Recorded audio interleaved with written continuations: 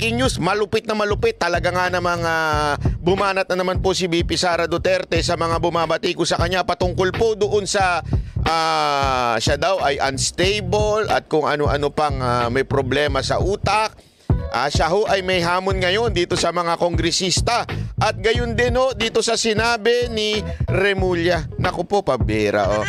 Ito na. Pakinggan na ho nanet ha. Napakalupit ho nito. Talaga nga namang nayayanig na naman ang mundo ng politika ngayon. Okay, panoorin natin. Exciting to, exciting. Unahin na muna natin. Dalawa kasi siya eh. One is legal. Doon kay DOJ. And then one is a demand for a psychiatric exam. Ayan. Doon sa House of Representatives. Okay. Alam mo, parang natin masasabi na napakalabong may problema sa pag-uutak ko ito si VP Sara Duterte. Pag siya nagpaliwanag, hindi nyo man nakikita, talagang yung train of thoughts niya, napaka-fix eh. O, ito una, ito pangalawa. Diba? Hindi yung katulad ng iba, pag nagsasalita, di ba, ang gulo-gulo. Ito ho, malinaw ho, hindi yung iba, di ba? Gumaganon-ganon.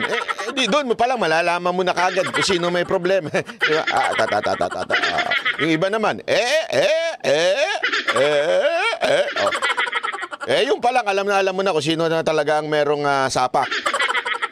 Si VP Sara Duterte, relax. Ito una, ito pangalawa. Pakinggan ninyo ha. Di ba? So, unang-una, ipagdasal natin ang Pilipinas dahil we have a Secretary of Justice na hindi alam magbatas. Ako po, patoy! Patay tayo dyan! Nako! Meron tayo Secretary of Justice na hindi alam ang batas. Pak! Yung palang yari na Bakit kanyo, ha? Isipin mo, DOJ Secretary ito. Actually, di ba, hindi lang naman. This is not the first time na narinig natin ito. Maalala natin yung diskarte nila kay Tebes, yung diskarte nila kay Bantag, yung mga sinasabi nila kay Pastor Kibuloy na fugitive. Doon pa lang malalaman mo na kaagad na medyo may isabihin na natin, ang description niya ni VP Sara Duterte, hindi alam yung batas. Pero ko sa tingin ko lang din, dahil sa pamumulitika, kaya tuloy nagkakamali siya sa pagpapaliwanag ng batas. Kasi alam nyo, pag ang isang katotohanan gusto mong baliin, di ba? Babaliin mo yung katotohanan, talagang mamamali ka in a sense na magmumukha kang tanga. Yung sabihin, magmumukha kang parang hindi mo alam. Pero actually, alam mo naman talaga. Kaya lang, ibinabali mo kasi, di ba? Binabali mo yung batas, kaya tuloy natitignan ka na parang bakit parang tila hindi mo alam ang batas. Parang gano'n, di ba? Yun yung nangyayari dito. Pakinggan natin ha. There is a big difference between talking about desecration of a body and actually desecrating a body. Talking about desecration of the body is not desecration of the dead. Dapat sana siguro as a lawyer maintindihan. Nagigets nyo ho yun? Iba yung talking about, yung pinag-uusapan o sinasabi sa ginagawa mo na mismo. Kasi sinasabi nila yung desecration dong patay. Okay, ano ba ibig sabihin ng desecration? The act of treating something sacred or holy in disrespectful or destructive way. Especially pagkapatay, kasi we consider that as sacred in a way dahil patay na po o parang merong na pong dapat galangin na. Pero iba po kasi yung binastos mo ng literal, ginawa mo yung sinasabi niya na huhukayin ko yung ginawa mo talaga, 'di ba? In action. Talagang pumunta si VP Sara doon sa sementeryo para hukayin. Iba po 'yon doon sa talagang sinabi mo lang.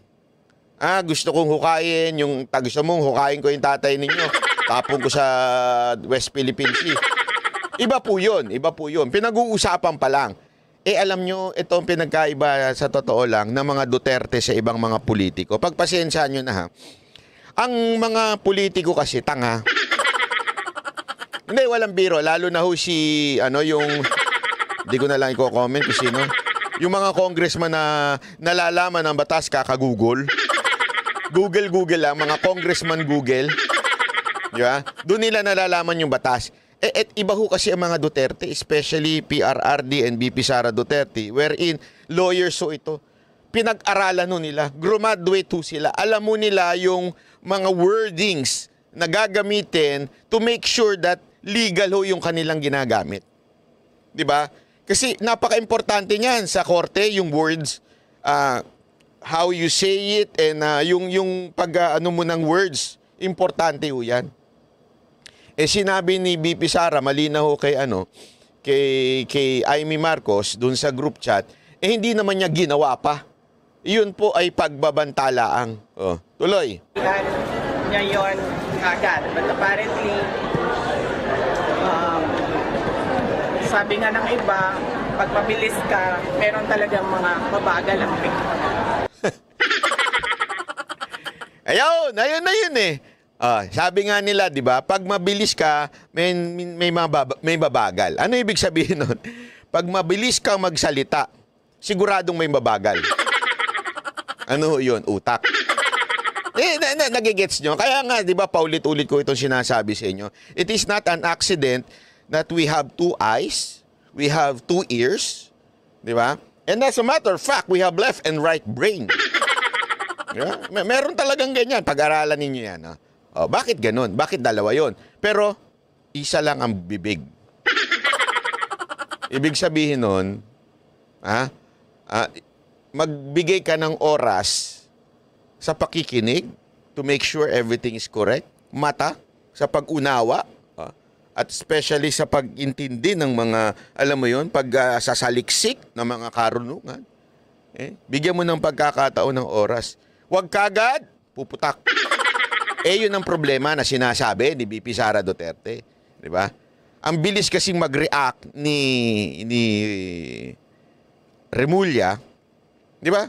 Kesa ho sa, alam niyo yun, pag-isipan muna, tingnan muna sa batas, kung talaga bang may ganun. Feeling niya siguro dahil siya Justice Secretary, alam niya na lahat. Di ba? Yan na siguro nasa isip niya. So, yun. And the next one is psychiatric, neuropsychiatric exam. Wala akong problema doon. Ayan. Game tayo. I will go. Ayan po para sa kaliwanagan, baka sabihin ng iba, fake news tayo. Sabi dito, humans have only one brain. It is divided into 2 hemispheres. The human brain is the central organ of the human nervous system. May ganyan. Kaya nga, di ba, pagkasabi nga nila, pag ikaw ay mas yung kaliwa mong brain o yung kanan mong brain, parang meron yan pagdating sa art at saka magaling ka sa math, yung mga gayan, di ba? Yun ang sinasabi natin. Talay. That, neuropsychiatric. Pero, let us make this an election issue. Ayan. Yung young guns. Alam niyo kung bakit sinabi ni BP Sara Duterte yung hamon niya is election issue? It is because baka sabihin ng kalaban, that is illegal in our justice system to have someone required na mag-drug test. Kasi dito hamunin niya ng drug test. Kaya nga sinabi niya, let's make this an election issue. Bilang mamamayang Pilipino na boboto sa inyo. Ipakita nyo that you deserve the vote by proving to us na hindi kayo addict. Yun ang sinasabi ni BP Sara Duterte. Although it's not, kasi meron batas niya na hindi pa pwedeng i-require. Hindi, lalo na ho sa mga kakandidato o di kaya sa ano. Pero bilang mamamayang Pilipino, we can ask. We can request, ika nga. I am sure kasi young sila, magpapa-re-elect pa yan. They are running as re-electionists.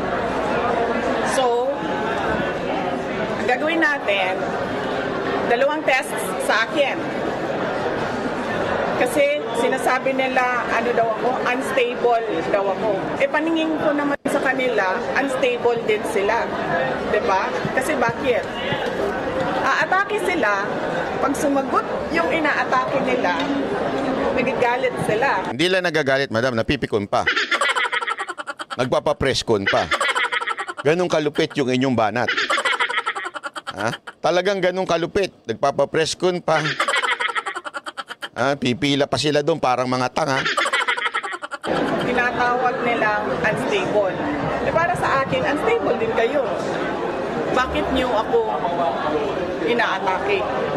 Diba? So, I will do 2 tests. Neuropsychiatric exam and drug tests. Dalawa kay madam, ha? Kumagat siya sa hamon ng mga mga congressman natin.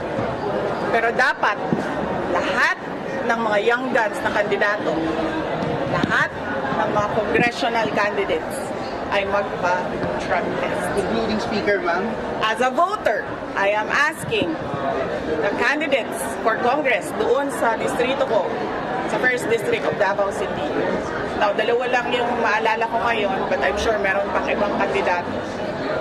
Alala ko si Margarita Nograles and si Paulo Duterte.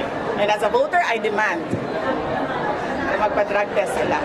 Kayong lahat, mga kababayan. Ang ganda nun. Alam mo, ang ganda mga kababayan. Ang ganda nung sinabi ni BP Sara. You know why? Hindi exempted yung kapatid niya. Di ba, ang daming nagbibintang kay Pulong Duterte. Ano yan eh, ganyan nyo, adik yun eh. Di ba, meron nga isa dyan, yung sundalong kanin eh. No, sinasabi doon eh, di ba? Ano yan, triad yun. Ganyan, di ba? Sindikato yan eh. Ng droga, bla bla bla. Ang ganda na sinabi ni BP Sara Duterte, lahat ng young guns, lalo na yung mga tanga na nagmamagaling dyan sa Quadcom, na nag-google lang para malaman ko ano yung mga batas. At saka yung mga nakapasok dyan dahil ginamit lang naman yung mga sikat na party list na membro nila. Iyan, i-testing natin. Sabi, i-testing natin. Sige. Lahat tayo, i-testing. Kapatid ko. Dalawa kasi yun eh. Yung nag-ano sa Davao, nakilala niya. Isama. Yan ang maganda sa mga Duterte, walang exempted. At kasama rin po siya kay BP Sara Duterte, drug test and psychiatry, ano ba yun? Psychiatric test. Yun. Talaga. As voters, you demand na magpa-drug test ang mga congressional candidates dahil kung unstable ako, sa paningin ko, unstable din sila. Bakit ka naman magagalit kung ang inaatake mo ay sumasagot? Diba? Yes? Fred? Okay ka dyan? Okay, sige. So, okay tayo dyan. Ano yung problema dyan? Yan ang demand ko, ha? 2 test sa akin, isa lang sa kanila. Dihado pa ako. Kita nyo, ha? Dihado pa siya. Tingnan natin. Kayong mga congressman, natatapang ninyo, ha? Bago! Ang lalakas ng loob ninyo magsalita, ha? Tingnan natin. Pag hindi kayo kumagat dyan, una, wala kayong yag balls. Pangalawa, baka addict kayo. Isa lang sa inyo. Kay BP Sara Duterte, 2. So, ang hindi kakagat dyan, addict, bangag. Yan, eto, linawin na natin. Pag hindi ka kumagat dyan, kung sino man kang congressman ka, bangag ka, gumagamit ka, gumagayaan ka.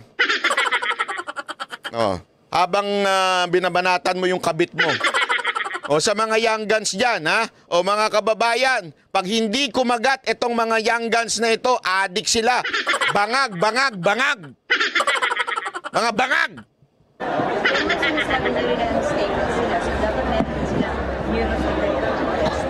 Hindi, pinapadali ko na lang kasi sa kanila eh. Kasi, diba? Para madali tayo.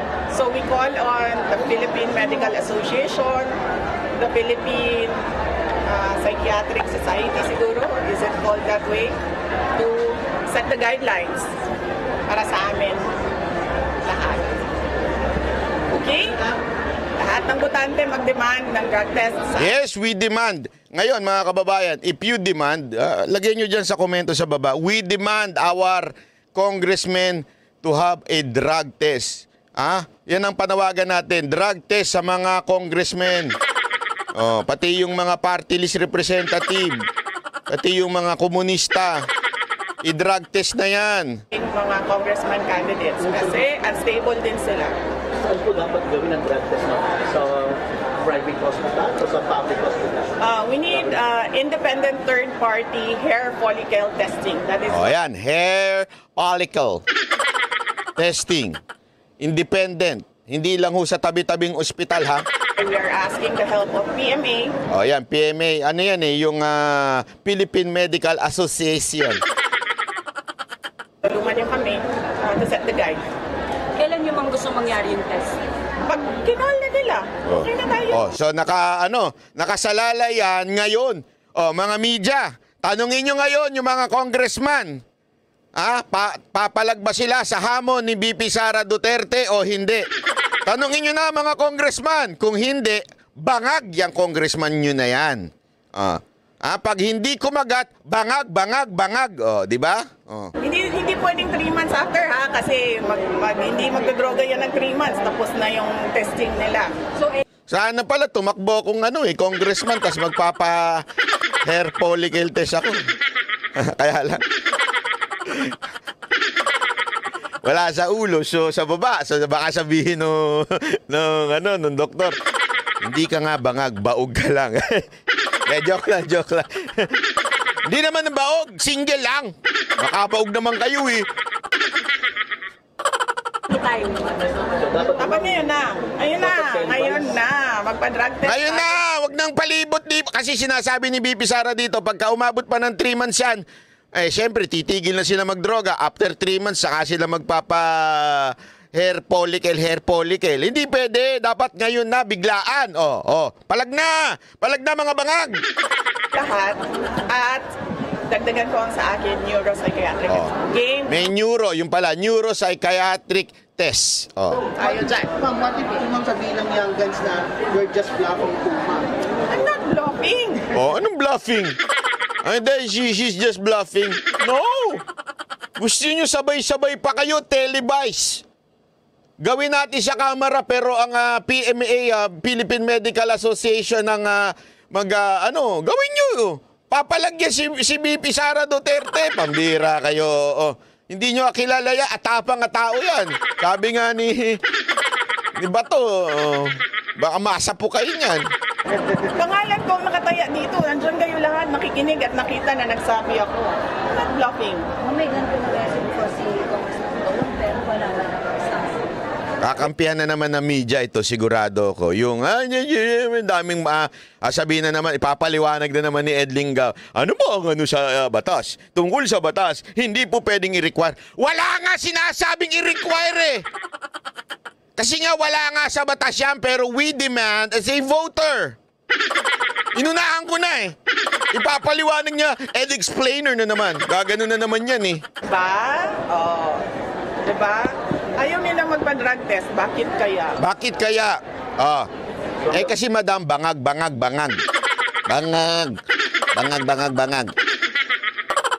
Hindi natin alam kung sino doon, ha? Hindi ko wala akong tinutukoy na tao. Kung sino man ang ayaw magpa-drug test, bangag. Pwede ba isama natin yung mga vlogger? Isama natin mga vlogger. Lalo na yung mga nasa kabilang kampo. Kung papatol kami. Lalabang kaming banateros dyan. Kami, sigurado kami kung meron man kaming positive. Positive kami sa sa sobrang takaw. Pero pagdating mo dyan, palag kami, kahit ng mga vlogger dyan sa kabilang kampo, ay nako, meron akong kilala dyan. Naubusan siya ng pambili, kaya palipat-lipat. Ay, Jesus! Iba naman dyan, nabubungi na. Uy, sus! So yan. Okay ako. Wala tayong problema dyan. I will do your neuropsychiatric exam. And mind you, hindi yan first time. Naka-neuropsychiatric exam na ako dati nung nag-apply ako as PAW lawyer. And naka-neuropsychiatric exam na ako in a court case. So, pangatlong neuropsychiatric exam ko na ito. Yari kayo. Kung sakasakali, mag-i-call nila ang DARE ko. Drug test sa inyo, dalawang test. Yes. So, So, unstable, unhinged, unbecoming, Yan yung sinabi. unsound mind. Meron pa isang ulitin nyo na lang. Yes. I'm not any of those. Ang problema kasi ngayon sa mga politiko, they have never seen a politician who has nothing to lose. Ayan, They patay. have never seen a politician na IDGAF. Kung sa Bisaya pa, bala mo din na makigdumog ko sa kanal. Naku po, patay tayo Yan dyan. ang problema. Kahit di ko naintindihan, makenda yun. I am not like O, them. pakilagay na lang dyan kung anong sinabi ni BP Sara Duterte, ha?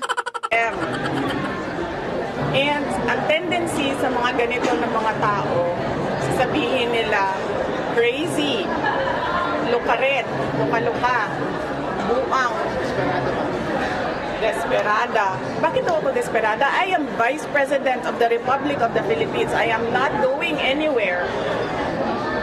So anong ikakadesperada ko? Tama nga naman. Siya ang pinakamataas.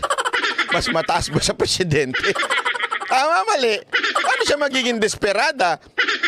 Sino ang pinaka-most ideal candidate o masasabi natin lamang na maging presidente sa susunod na eleksyon? Di ba siya? O paano siya naging desperada? Ang desperada, yung kulelat. Sino yung kulelat? Kulelat. Di ba? Yun ang desperado. So, yan yung problema dyan. Yan yung problema nila. Because they've never seen anything like Sara Duterte. Yon. Hindi ako maarenglo.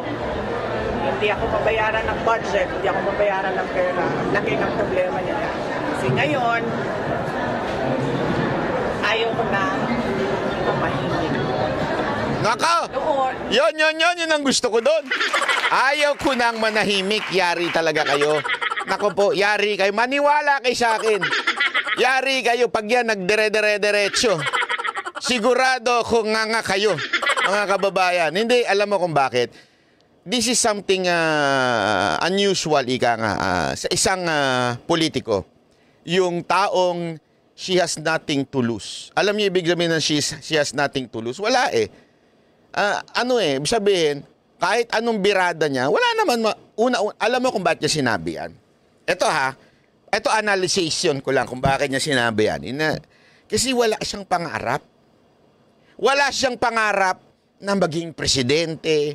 Wala. Maniwala kayo. Ako, kitang-kita naman natin kung yung isang tao would like to protect her or his image as a politician. Siyempre, medyo statesman. Kasi sigurado babanatan siya in the future. Kung may plano siyang tumakbong presidente, babanatan niya na hindi statesman yan. Di ba? Ganyan na ginawa nila kay PRRD. Walang plano eh. Hindi matakot ko, kung matalo ko sakasakali. Bakit? Hindi sa kanya kapakinabangan ang maging presidente. Hindi niya pinangarap ang maging presidente. Hindi niya ginusto yon para magnakaw or anything. As a matter of fact, she has the chance to be the president noong 2022 na andoon ang pinakamalakas na panawagan noong 2022. As a matter of fact, nandun kami sa Manila Hotel noon, nakaabang noon na magfa-file siya. Tandaan ninyo, wala pang kung may paninira man kay PRRD noon, hindi pa tumatama, ika nga. So, ang lakas ni PRRD noon. At gusto ng tao noon ipagpatuloy ang Duterte administration noon. So, naandun siya eh. Diba? Siya na ho ang pinanawagang lahat tayo noon. Kahit mga loyalistang taing pananawagan na siya ho'y tumakbong presidente. Diba po? So, ano ibig sabihin nun mga kababayan? Wala po siyang ganun. Yung naa-attract sa fame, naa-attract sa panawagan. Hindi. Ano sabi niya? Hindi ako takbo. As a matter of fact, pinakiusapan nga lang siya na mag-vice president para manalo yung presidenteng si Marcos eh. Pinakiusapan lang siya. Kaya siya napilitan. Sige na nga, takbo na. Oh. Kaya naman nanalong to si Marcos. Ibig sabihin po, wala yun sa kanyang bokabularyo yung yabang, yung ego, na hindi, ako na ang pinakano dito. Ako na. Wala. Kaya ako, naniniwala ako, yun ang ibig sabihin niya na she has nothing to lose. It is because hindi naman po siya nagpaplanong tatakbo sa 2028. Pero tayo, mga nakikita natin na siya po ang pinaka-qualified at pinaka-makakaayos ng ating bayan. Kasi nga, diretsuhan itong alin na to. Ito ang alin na pagka ikaw gago, kurap, wala siyang pakialam. Yeah? Talagang yayariin ka, babanatan ka, dudurugin ka. Yun ang ito si Madam eh. Ganun ang kanyang personality. Kaya nga ako naniniwala, lalong lumakas si BP Sara Duterte because of her press con. Kasi mas lalo siyang nakilala ng taong bayan na ganito pala itong tao na ito. Walang kaarte-arte. Hindi hipokrito. Talagang pagmali, bumabanat. Pagka talagang gago ka, talagang gagaguhin ka rin. Yung, ito hinahanap natin eh, di ba? Mga kababayan, ito hinahanap natin na dati, di ba, nasabi nga natin, gusto natin si Pangulong Duterte kasi diretsuhan magsalita. Tas tahimik pa tong anak niya. Ngayon, eto na, dire-diretso na. Yan ang gusto natin. And yet, wala siyang pangarap. You can only say that because pag wala kang pangarap. Ganyan no ang pamilya Duterte. Makikita mo rin yan kay Baste. Wala siyang pakialam. Yung bagang parang sa kanila, we're not here to please you. If ever we run for a higher position, it's because gusto lang namin ayusin ang bayan. Pagandahin ang bayan. Yun lang. It's not to please you. Kasi you know, popular decision, hindi ibig sabihin tama. Hindi totoo yun. Pag popular ang isang desisyon, tama yun. Hindi totoo yun. Napakaraming popular na desisyon na mali. Halimbawa, yung sigaw ng mga Israelita nun, crucify him. Sino kinrucify nila? Ang Panginoong Yesus. Di ba? Tinuring nilang Savior pero sinabi nilang crucify him, crucify him. It doesn't mean yun ang sigaw ng tao, tama yun. O yun ang sinasabi ho natin dito. Walang nagsasalita kontra sa administrasyon. Ngayon, merong isang tao nagsasalita kontra sa... Wala ako sa akin. Sandali, saan lang? Doon sa... Tinatawag nilang buang. Tinatawag nilang luka-luka. They did that to MDS noon. Pero they cannot do it to me ngayon. Lahat ng psychiatric exam na gusto ninyo, let's go. Let's go! Gusto nyo pa, televised ang exam. Yan. Gusto namin yan. O, palakpakan. Oh, yeah! Dapat nakalagay yan dun sa guide. Hindi pwede magsekreto-sekreto kayo dyan ng testing ninyo. Against the government or your position yourself as the opposition ako? Hindi, sila ang nag-aano sa akin. Sila ang nagtutulak sa akin eh. Sila talaga ang inaatake nila ako. Tapos, pag sumagot ako, nagagalit sila, ginagaslight nila ako. Mr. Deception. Kung pinabayaan lang sana nila ako sa Davao. I was mayor already. I was unopposed. Kung pinabayaan lang nila ako sa DepEd, nagtatrabaho lang ako doon, wala akong ginagawa sa kanila. Eh, madam, pag pag praning, talaga mapapraning. Nung nag-resign ako sa DepEd, pinabayaan lang nila ako. Diba? Na gawin ko yung trabaho ko sa Office of the Vice President kahit magtanim ako ng puno araw-araw, pabayaan nyo lang ako. Kasi may pagbabagong campaign naman kami, tree planting, educational advocacy, lahat yun. Problema sa kanila, nakikipag-away sila, tapos kapag lumaban, Nagagalit. kung inaaway nila, nagagalit sila, and sila yung nagsasabi na siya yung may problema. Hindi ako yung may problema. Hindi ako known na palaaway except kung inuunahan ako. Ayun, ganda ng sinabi ni VP Sara Duterte. Ay, kasi tinanong kung oposisyon ka na ba? Hindi. Sa totoo lang, wala naman eh. Gusto ko na nga manahimik sa mayor sa Davao eh. Ano post ako? Ano, pinakiusapan ako. Di sige. Nag-DepEd ako. Nananahimik ako. Nagtatrabaho ako. Binanatan nyo ako. Ginawa nyo ako ng istorya. Tinrap nyo ako sa confidential fund. Binigay nyo sa akin. Late na. O, nagtatrabaho ako. O, nag-resign ako. Tahimik lang ako.